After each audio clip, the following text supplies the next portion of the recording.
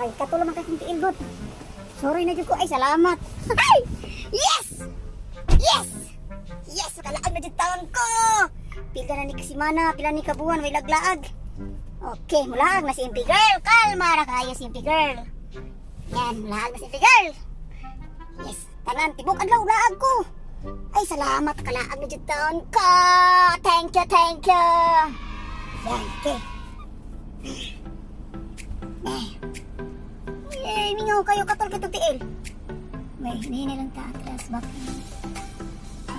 backing, hindi ka balo mo drive. Sige, oh, kana lugar lang. Oops, hinay lang, kaligis ka. Hinay lang. Ay, salamat. Hey. Ilag, yes! Ako. Nalaag na jutawang ko sa wakas. Wala